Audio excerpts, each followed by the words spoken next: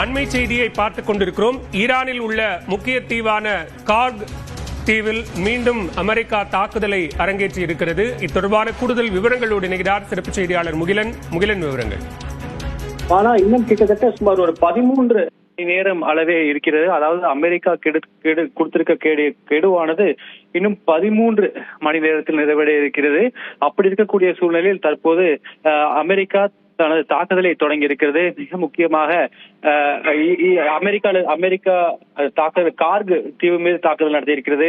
இங்கிருந்தான் சுமார் 80% மேலான ஈரானின் எண்ணெயானது மற்ற நாடுகளுக்கு கொண்டு செல்லப்படுகிறது. தற்போது அந்த தீவு மீது தாக்குதல் நடத்தி இருக்கிறது. அந்த தீவில் இருக்கக்கூடிய ராணுவ நிலைகள் மீது தற்போது தாக்குதல் நடத்தியிருப்பதாக தகவல் வெளியாக இருக்கிறது. அது மட்டுமல்லாமல் ஈரானில் இருக்கக்கூடிய முக்கிய பாலங்கள் மீதும் தாக்குதலை நடத்தியிருக்கிறது.